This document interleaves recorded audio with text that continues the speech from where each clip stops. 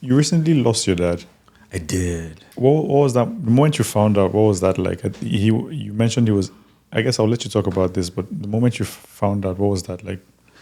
I mean, it was a weird experience because that was like the closest loss I've ever experienced, and so I'm actually doing two works right now centered around the topic, but like I think my dad was a very reserved person, not just for me, like from the other kids. I think he was very close to my sister, daddy's girl, whatever. Yeah. But he was a very reserved person, and so my parents they weren't always together. They had some issues, so they were separated for a good portion of their marriage. And obviously, I'm a mommy's boy, so I was closer to my mom growing up, which also means that I grew up with a sort of a perspective of my dad from my mother's lens, right? Which is a thing that happens often, actually. But when you get to like 18, 20, 21, you start becoming a man yourself. And you start realizing like, okay, there's nuances to all of this stuff. So I think as I got older, I started to like seek out a specific relationship with my dad, and I started to get to know him as, a man, myself as a person, as opposed to like what I knew growing up, which was very important. I'm glad that happened before he passed. I wish there was more time for it to even go further, but like I'm glad it happened because it's important. It's like you grow up with a certain perspective, but at some point you have to like decide what your views are and establish a relationship.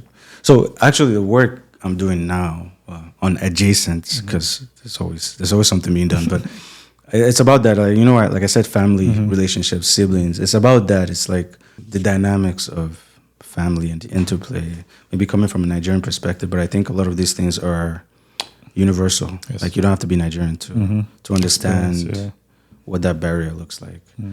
And just exploring that, and again, conversation, thinking about what it means for me and my growing up and everything. So I remember like going back home. So my dad had cancer, and by the time he died, he was a completely different person physically, right?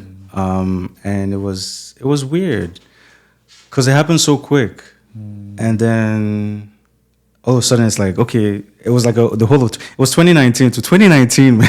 It was such a very messy year. Yeah. And then everything pandemic. But I remember that whole experience was like,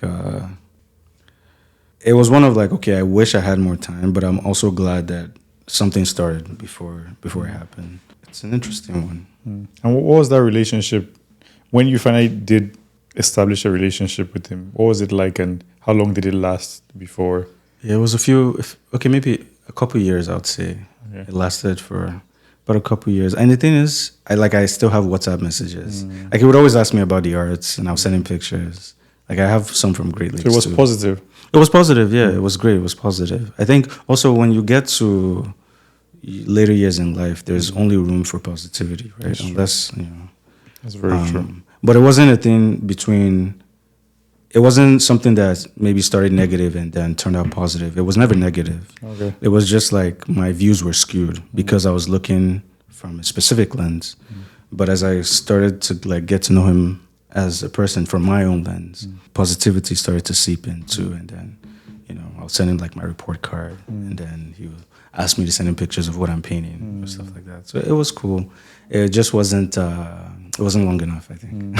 Yes, but it is what it is. And so you didn't hold any negative feelings towards him? No. God, I remember when, like, it was actually, because the whole thing, I wasn't like sad or anything, but when the coffin started to go into the ground, I was wailing. Oh my God. I was like, what was that? I don't know. Why do you think that is? I actually don't know. Like, it maybe reality set in as like, okay, it's gone. This is actually like happening.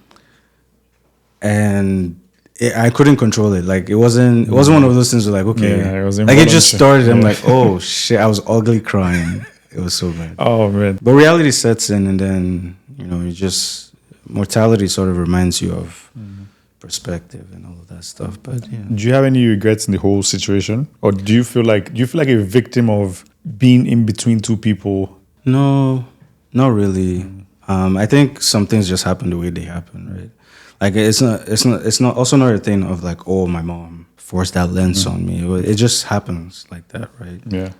I was just with one person more than the other. Sort of like the casualties of like Yeah, a separation, right? exactly. Casualties of war, and it just happens like that. So I mean, it just is what it is. To be honest, like, And- there's no regrets. Yeah.